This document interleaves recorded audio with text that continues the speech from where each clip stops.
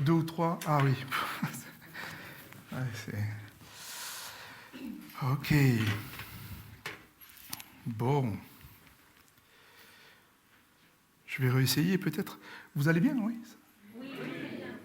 4 ou 5 maintenant, c'est bien. C'est bien, c'est bien. On avance. Alors, hop.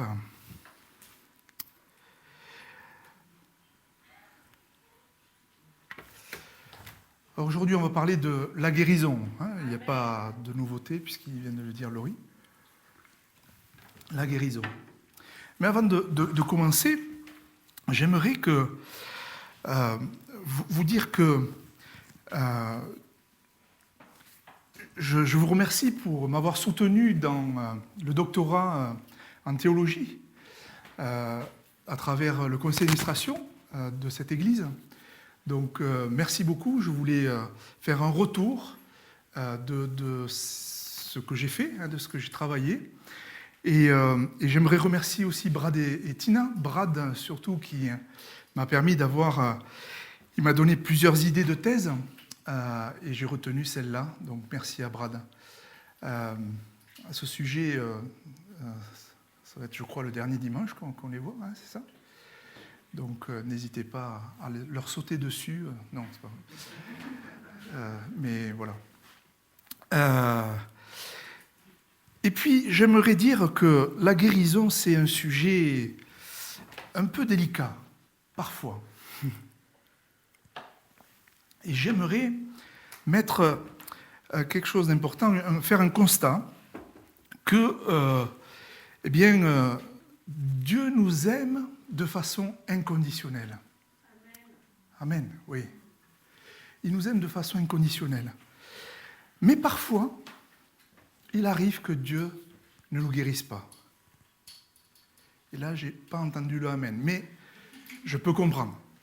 Amen, voilà. Dieu ne nous guérisse pas. Mais dans l'Ancien Testament, peut-être... Alors, d'abord, avant ça, je voudrais juste vous dire que je vais parler de la guérison physique. D'accord ? Donc, c'est un survol. Je ne peux pas en 2 dimanches vous parler du doctorat que j'ai fait ou d'autres choses, parce que le doctorat, c'est que 30 pages, c'est pas énorme. D'accord ? Bon, c'est déjà pas mal, vous me direz, mais je ne peux pas aborder en 2 semaines, 2 dimanches en tout cas, c'est vraiment un survol. Et je ne vais pas aborder non plus la guérison de l'âme. D'accord ? Donc c'est la guérison physique, qu'on soit bien clair. Voilà, j'ai choisi la guérison physique. Je ne vais pas aborder non plus les guérisons qui n'ont pas eu lieu de certaines personnes. Dans la Bible, on trouve des personnes qui n'ont pas été guéries. Ça aurait été aussi une bonne thèse. J'invite à ceux qui veulent faire une thèse en théologie de s'y mettre. Donc il y a plusieurs sujets. La guérison de l'âme. Il y a la non-guérison de certaines personnes. Pourquoi ? Comprendre pourquoi Dieu n'a pas guéri. Ça, c'est bien. Et puis, j'aimerais continuer donc, à vous dire que l'Ancien Testament, on voit, Brad nous a parlé il y a 2 dimanches, qu'il y a une attente. Parfois, Dieu nous demande d'attendre. Des fois, Dieu ne répond pas.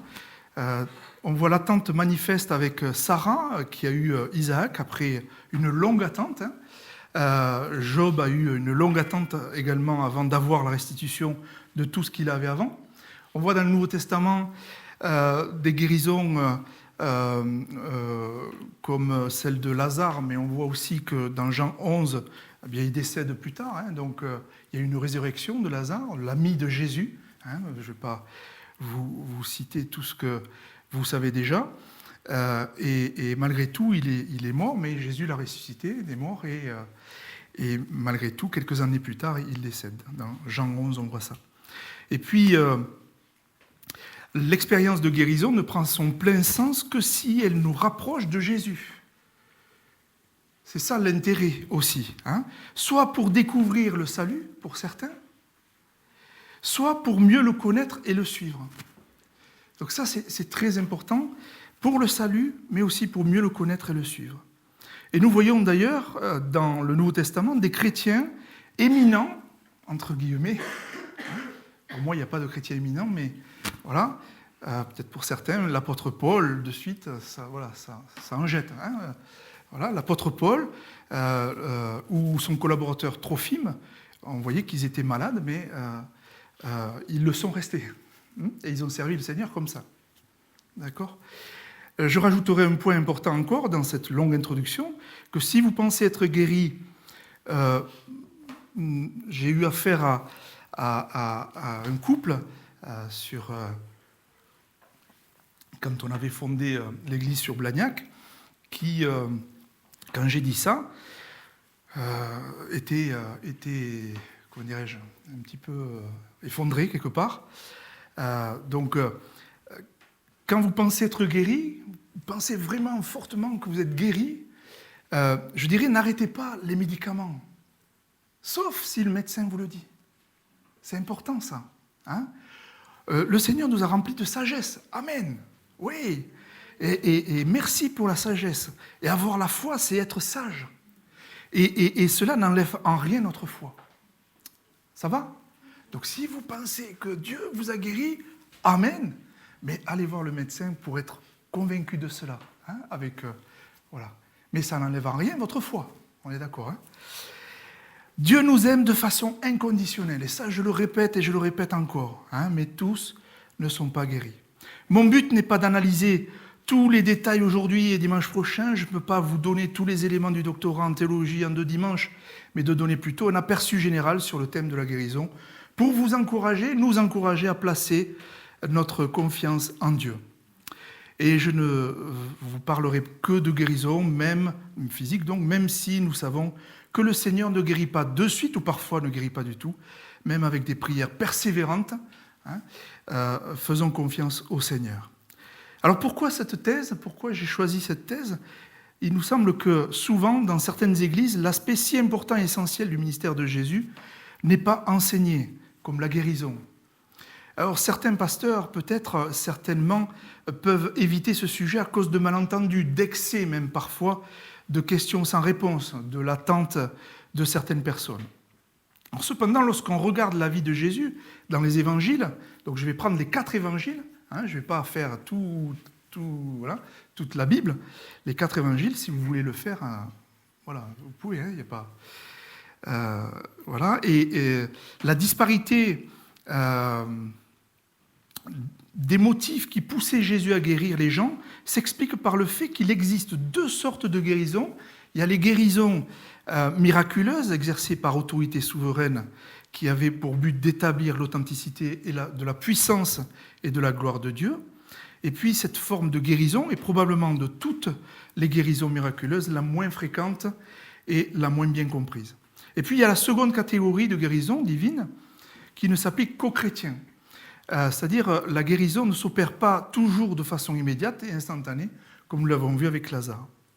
Pour le chrétien, la guérison physique exige souvent la correction préalable de sa condition spirituelle, souvent. Et le croyant ne doit pas chercher à vivre la guérison en tant qu'expérience isolée, hein, mais bien comme une expérience faisant partie de sa marche avec Dieu. Amen. Hein ? Et puis, les ministères de guérison spectaculaires d'aujourd'hui ne font pas bien souvent la distinction entre ces 2 types principaux de guérison, de sorte que ceux qui la recherchent sont laissés dans la confusion. Et donc, on veut vraiment du spectaculaire quelque part. Et je ne pense pas que Dieu va se montrer de cette manière. Parfois peut-être, mais d'autres fois non. En outre, l'Église, dans son ensemble, a souvent dissimulé la vérité relative au ministère de guérison divine, en raison de l'abus, comme je l'ai dit, quand ont fait certaines personnes qui étaient incapables de dispenser droitement la parole de vérité. Mais la solution ne consiste pas à abandonner l'enseignement relatif à la guérison divine. La question qui se pose est la suivante. Est-ce que le Nouveau Testament enseigne que l'Église est mandatée pour guérir ? Donc ça sera dimanche prochain. Je vous donnerai voilà, ce que j'ai pu trouver. Alors, nous ne nous attendons pas à des choses mirobolantes. Hein, il y a beaucoup de chercheurs, beaucoup de docteurs, beaucoup de personnes qui ont déjà étudié ce sujet. Voilà, je ne prétends pas qu'il y ait quelque chose de nouveau, hein, d'accord, mais c'est un rappel pour nous encourager. Ok.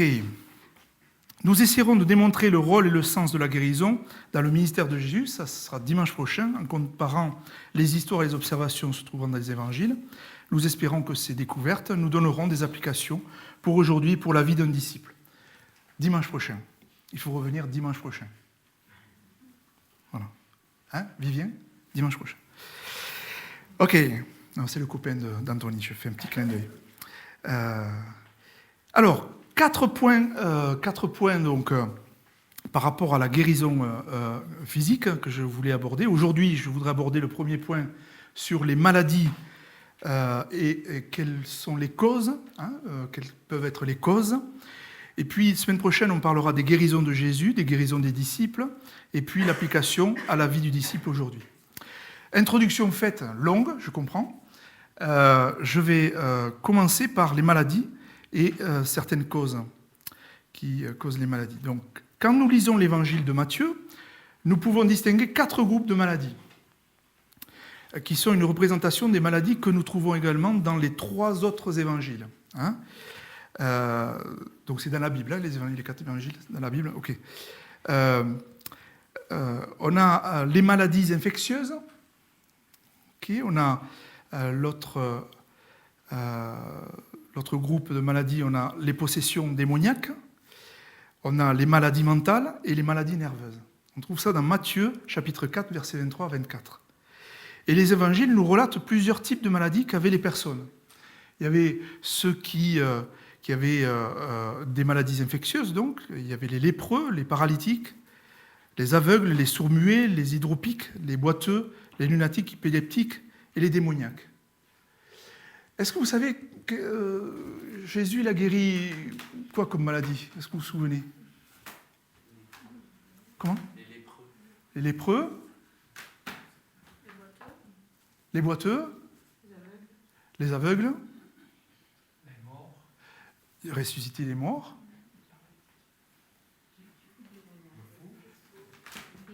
Les démoniaques. Les fous. Paralysé, merci Vivien. C'est déjà pas mal, non? Enfin, oui. Ok. Alors on va essayer de voir tout ça dans la Bible, hein, ensemble. Nous allons voir qu'il est important de comprendre ce qui cause une maladie pour affronter la cause de manière biblique, et nous verrons quelques remèdes de l'Antiquité que proposait à l'Antiquité, voilà, les remèdes qu'il y avait. Donc, première maladie, et puis ses causes, donc les infections. Alors les infections, certaines personnes sont malades parce qu'elles ont des infections. Le système immunitaire qui est moins efficace que d'autres, et elles abritent quelques organismes étrangers qui a envahi leur corps et qui ne doit pas s'y trouver normalement. Donc défense immunitaire de l'organisme faible, et Jésus a eu à faire face aux infections. On a la fièvre, parce qu'il a guéri aussi des fièvres. Hein. La fièvre. Moi, je me souviens, avant de parler de Jésus, je me souviens, Anthony, quand il avait 5-6 ans, j'avais mal à la tête, j'étais pas bien. Et puis, j'allais prendre le médicament, j'aime bien le raconter. J'allais prendre, bon, c'est pas pour ma gloire, j'allais prendre le médicament, le Doliprane, le fameux Doliprane, voilà, pour ne plus avoir mal à la tête. Et puis, Anthony, à 5-6 ans, il me dit, mais papa, on va prier. J'étais ancien, pasteur. Et je priais pour les gens qui me le demandaient. Et moi, j'allais prendre le Doliprane. Alors peut-être que vous n'êtes pas comme ça, et merci Seigneur. Il ne faut pas l'être. Hein. Je n'ai pas été l'exemple là. Mais on a prié, et vous savez quoi? J'ai plus mal à la tête, plus de fièvre. Je ne dis pas qu'il y a des fois, voilà, hein, on peut prendre des médicaments, c'est pas OK. Et donc, voici donc un incident remarquable en vertu des paroles qui s'y rapportent. En quittant la synagogue, donc, Jésus se rendit à la maison de Simon. Et vous connaissez cette histoire, la belle-mère de Simon était atteinte d'une forte fièvre. Et donc vous connaissez la suite, Jésus l'a guérie. Un autre passage nous parle de la fièvre, et là c'est un officier royal, quelqu'un d'important, voilà. Un officier royal, cette fois, qui vient de Capernaum prier Jésus d'aller guérir son fils mourant. C'est un peu comme si Gilson, il avait son général qui arrive là, et ils disent, voilà, tu vois, il y a cette personne-là, voilà, est-ce que tu peux la guérir? Voilà, comme s'il avait la foi que Jésus pouvait guérir. Et donc, son fils était mourant, et les serviteurs de l'officier royal lui assurent que la fièvre de son fils l'a quitté à l'heure même où Jésus lui parlait. Et ça, on voit ça dans Jean, Marc, etc. C'est fort quand même. Donc, une maman qui a son fils, qui a son fils donc, qui croit que Jésus peut la guérir, et Jésus l'a guéri, et puis là on a un officier royal, un général là, qui est là, et qui croit que Jésus va guérir son fils, et il était mourant. Voilà. Et donc Jésus l'a guéri. Et puis on a la lèpre. La lèpre, d'après le dictionnaire, parce que je ne suis pas docteur, d'accord, qu'on soit bien d'accord, vous allez bien le voir par la suite, je pense. La lèpre. Le dictionnaire définit la lèpre comme ceci. La lèpre est une maladie infectieuse chronique, plus ou moins contagieuse, due au bacille de Hansen, alors à vos souhaits, voilà, qui prédomine au niveau de la peau, forme lépromateuse ou des nerfs, forme tuberculoïde. Voilà, c'est dictionnaire, d'accord? C'est pas dans la Bible, ouais. Ok. Anne aurait pu nous en dire plus, j'imagine, qui est infirmière. L'évangéliste Marc nous relate l'histoire d'un lépreux qui vient supplier Jésus de le purifier. Et ça, on trouve ça dans Marc 1, 40 à 41. Cette fois, Luc nous fait part de 10 lépreux, donc il y a un lépreux, puis 10 lépreux, et il est dit, comme Jésus poursuit sa route vers Jérusalem et passe entre la Samarie et la Galilée, 10 lépreux le rencontrent et de loin implorent sa pitié. Et on voit ça dans Luc 17. Et bon, vous vous souvenez que certains vont le remercier,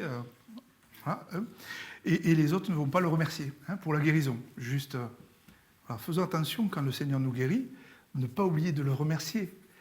C'est important. Ensuite, il y a la paralysie. La paralysie, donc l'évangéliste Marc écrit que Jésus, étant rentré à Capernaum, à la maison où il se trouve, est aussitôt envahi par une grande foule à laquelle il annonce l'évangile. Et on lui amène un paralytique, Marc 2, 1. Alors, on va prendre le beau dictionnaire. Le dictionnaire parle d'une abolition d'origine neurologique de la motricité d'un ou de plusieurs muscles. Et une paralysie peut concerner un petit groupe de muscles, un membre, ça s'appelle la monoplégie,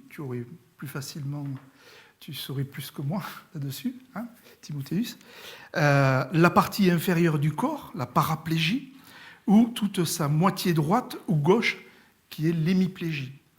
Et lorsque la force musculaire est seulement diminuée, on parle de parésie.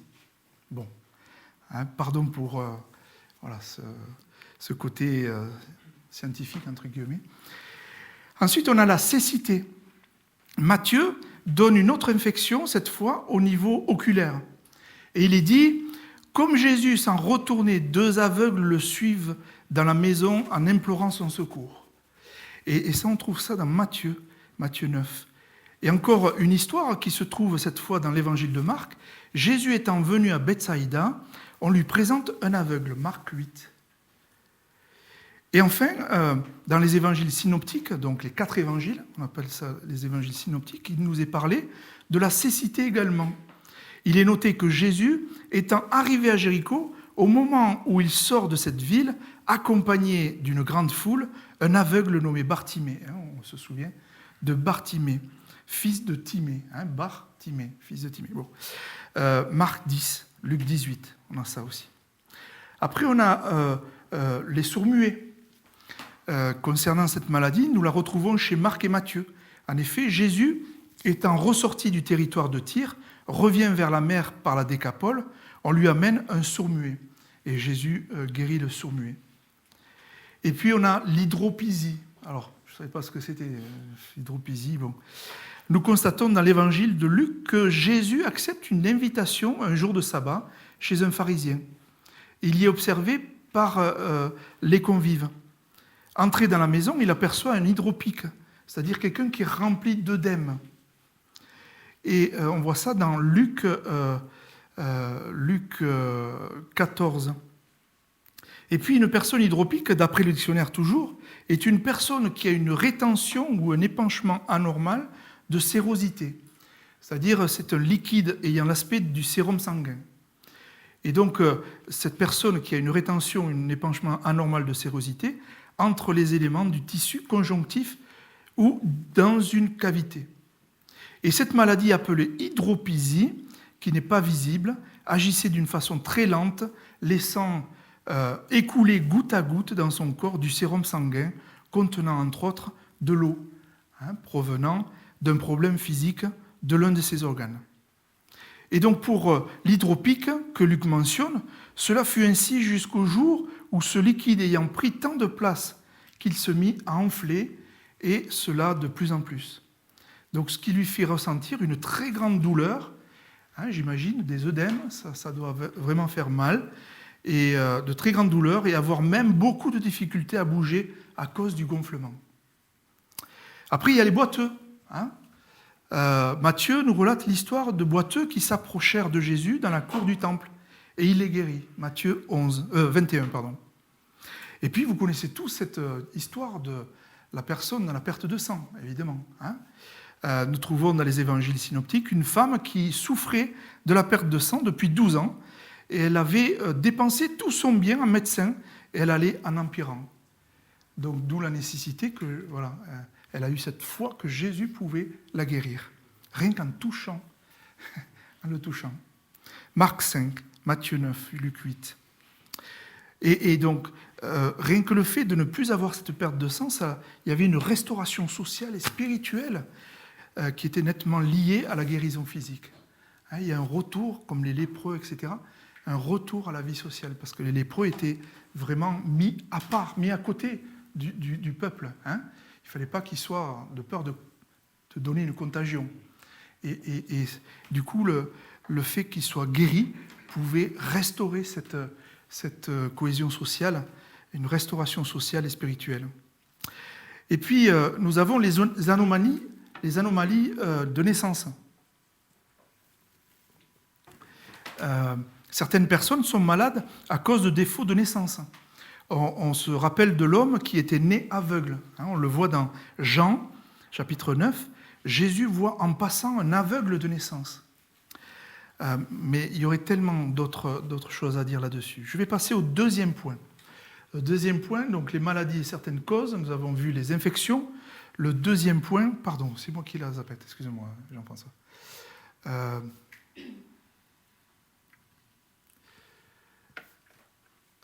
Les afflictions sataniques et démoniaques, esprit impur et démons. Alors, ça c'est un sujet, waouh. N'ayez pas peur, ne fuyez pas. Certaines personnes sont malades à cause d'afflictions sataniques ou démoniaques. Et Jésus a guéri des personnes oppressées par les démons. Nous en trouvons la preuve dans l'évangile de Marc, où il est dit « Aussitôt après son arrivée à Capernaum, Jésus entre dans la synagogue. Et c'est un jour de sabbat, il enseigne, et tous sont surpris de sa doctrine quand un homme possédé d'un esprit impur s'écrie « Es-tu venu pour nous perdre ?» Marc 1. Marc continue avec un autre fait qui parle de ce même sujet. Il écrit « Jésus, débarquant au pays des Gadaréniens, à Guérasa, voit venir à lui un démoniaque qui hantait les sépulcres. » Donc les sépulcres, dont les cimetières, les tombeaux, ne pouvait être maîtrisé par personne et tourner sa fureur contre lui-même. Donc on voit bien que là, cette personne-là était vraiment se faisait du mal à elle-même aussi. Du mal aux autres, mais à elle-même. Marc 5, 1. On peut s'apercevoir qu'une autre maladie peut être associée au démoniaque, comme l'absence de l'usage de la parole et de la vue, comme le décrit Matthieu. Comme les aveugles guéris sortaient, on présente à Jésus un démoniaque muet. Et le démon chassé, le muet, parle. Donc, il n'est pas dit dans le cas présent si le mutisme de cet homme venait de l'influence d'un démon ou s'il avait cette infirmité dès sa naissance. Mais il est sûr que sa guérison coïncida avec l'expulsion du démon. Et on voit ça dans Matthieu 9, notamment. Et puis Matthieu continue plus loin de nous illustrer un autre fait similaire dans Matthieu 12. Et donc, on amena à Jésus, il est dit, un démoniaque aveugle et muet. Donc, il peut être muet et aussi aveugle. Et il le guérit de sorte que le muet parlait et voyait. Et puis, les démoniaques, leurs guérisons sont fréquemment rapportées dans les évangiles synoptiques, comme nous l'avons vu précédemment. Parmi les divers genres de maladies énumérés ici, il en est deux qui ne sont pas sans difficulté quant à leur nature. Que faut-il entendre par lunatique et démoniaque ? Le premier, donc lunatique, de ces termes, est le participe d'un verbe qui signifie proprement être sous l'influence de la lune. Lunatique, d'où ce mot.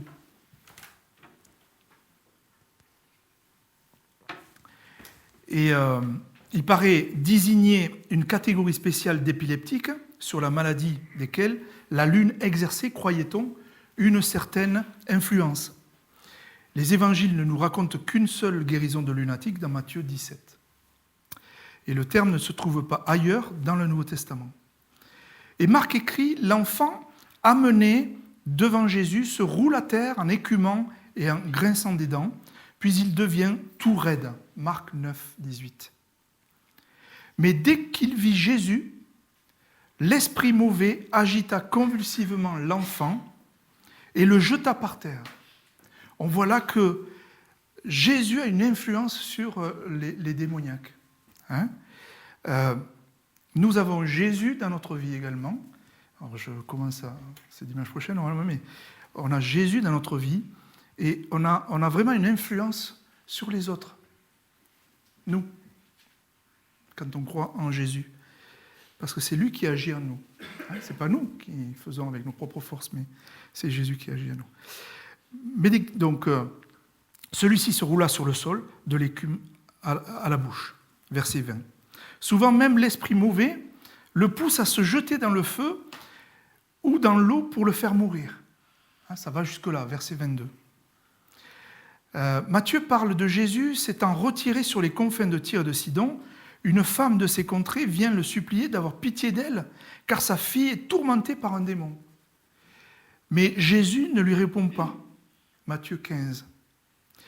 Et le dictionnaire définit l'épilepsie comme étant une affection caractérisée par la répétition chronique de décharges, des décharges électriques, l'activation brutale des cellules nerveuses du cortex cérébral.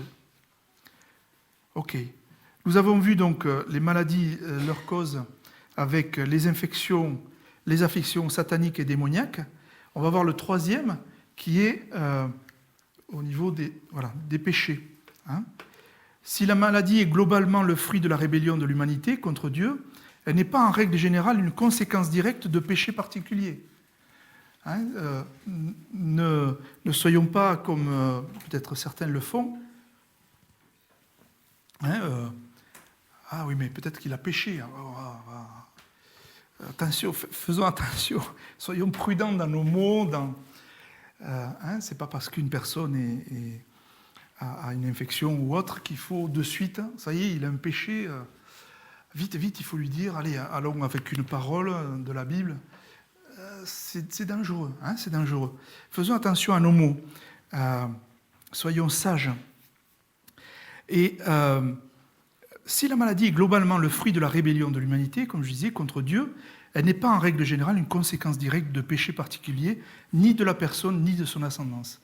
Il est faux d'attribuer systématiquement une maladie particulière à un péché particulier. Jésus guérit un paralytique. Il lui dit « Tes péchés te sont pardonnés ». là, on voit bien que, voilà, il y avait le péché qui était là. Hein, Marc 2, verset 5. On voit qu'ici, il est parlé des péchés qui provoqueraient cette paralysie. Donc, ce n'est pas impossible, évidemment. Hein, mais ce n'est pas tout le temps. Hein, ok, nous ne faisons pas. C'est comme les démoniaques. Ne croyons pas que, bon, que certaines maladies peuvent... voilà, ils sont démoniaques. Bon, attention, soyons sages là-dessus. C'est là où... C'est pour ça que certains pasteurs hésitent de parler de la guérison, parce qu'il y a des... C'est un sujet sensible. Donc, soyons équilibrés. J'aime bien ce mot équilibré. Hein, dans Matthieu 9, 8, il est souligné que Jésus peut traiter aussi bien le péché que la maladie. Hein, en Jean 9, les disciples admettent l'existence d'une relation de cause à effet entre le péché et la maladie. Mais Jésus ne s'exprime pas à ce sujet.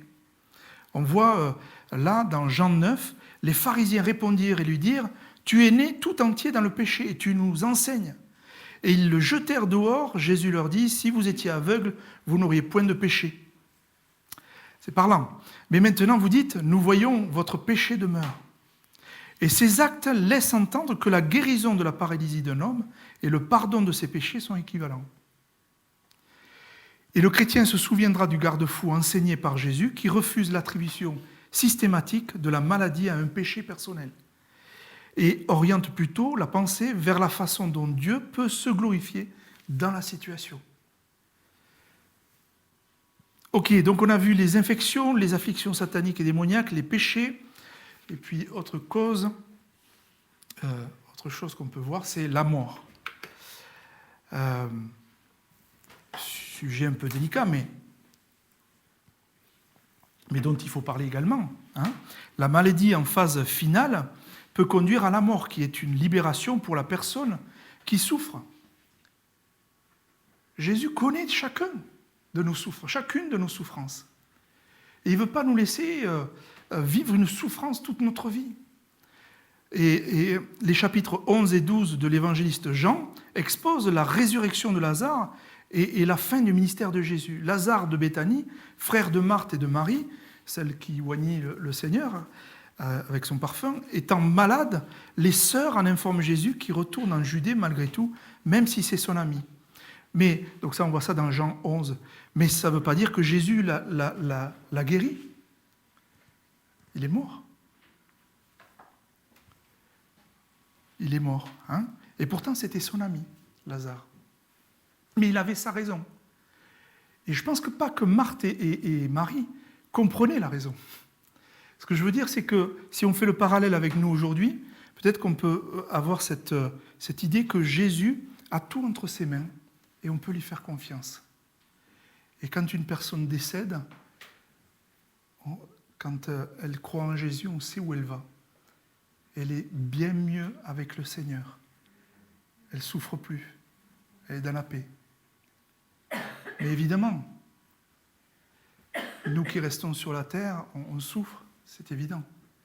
Mais le Seigneur est plein de compassion, plein d'amour, plein de bienveillance. Il nous console. Mais quand on sait que c'est pour le bien de la personne, on comprend. On essaie de comprendre.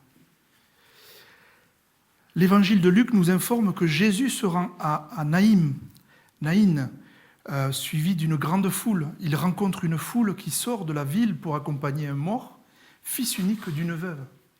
Fils unique d'une veuve. Luc 7. Alors, les remèdes naturels. Les remèdes naturels. Quels étaient les remèdes naturels dans l'Antiquité ?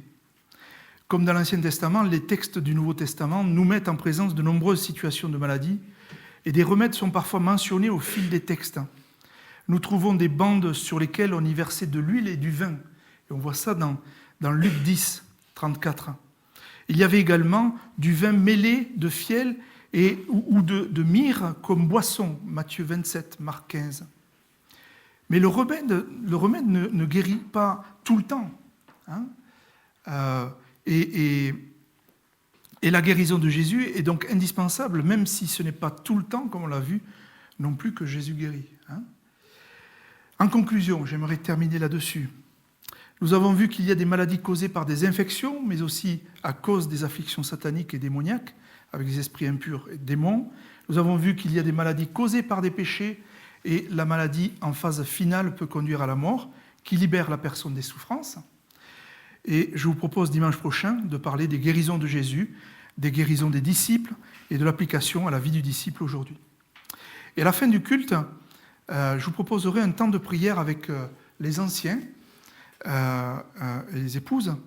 Et je vous inviterai à vous avancer devant, donc dimanche prochain, et nous prierons pour ceux qui le veulent après le culte. Hein. Aujourd'hui, la prière, je vous propose qu'elle se continue à l'arrière de la salle pendant la scène, hein, comme d'habitude. N'hésitez pas à venir.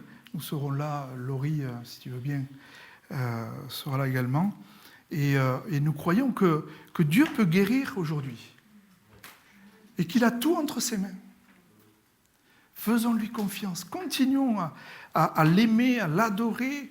Soyons pas des enfants capricieux. Pardon, j'espère que je blesse pas en disant ça. Seigneur, je veux absolument ça. Hein. Je veux être guéri, mais je ne me moque pas. Je sais qu'il y en a qui souffrent et qui voudraient être libérés. Et je sais aussi qu'on a un Dieu tout-puissant. Et je sais qu'il a tout entre ses mains. Et je sais qu'on ne comprend pas tout. Mais continuons à lui faire confiance. Continuons. Faisons comme l'apôtre Paul, Trophime, l'apôtre Paul avec l'écharde. Ça fait mal une écharde. Il a continué à servir le Seigneur.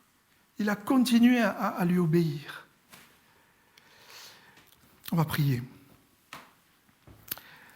Alléluia. Seigneur, merci pour qui tu es. Tu es ce papa qui prend soin de nous. Alors parfois, on ne comprend pas certaines choses. Pourquoi ça m'arrive, Seigneur? Pourquoi ceci, cela? Mais Seigneur, nous voici entre tes mains. Et nous voulons te confier nos vies tout à nouveau. Nos pensées, nos intelligences, nous voulons te les soumettre. Et cher Saint-Esprit, je prie que tu consoles ceux qui ont besoin de consolation, qui ont perdu des êtres chers. Je prie, Seigneur, que tu puisses guérir ceux qui ont besoin de guérison. Et je prie que ceux qui ne sont pas encore guéris puissent garder la foi encore. Et je prie, Seigneur, que tu agisses en ton temps. Ton temps n'est pas le nôtre. Et nous voulons vraiment renouveler notre confiance en toi ce matin. Te demander pardon pour les fois où nous sommes comme des enfants capricieux, où nous tapons, où Seigneur, pardon. Viens par ton esprit nous libérer. Viens par ton esprit nous consoler, nous guérir. Dans le nom de Jésus, pour ta gloire, nous prions. Amen. Amen. Amen.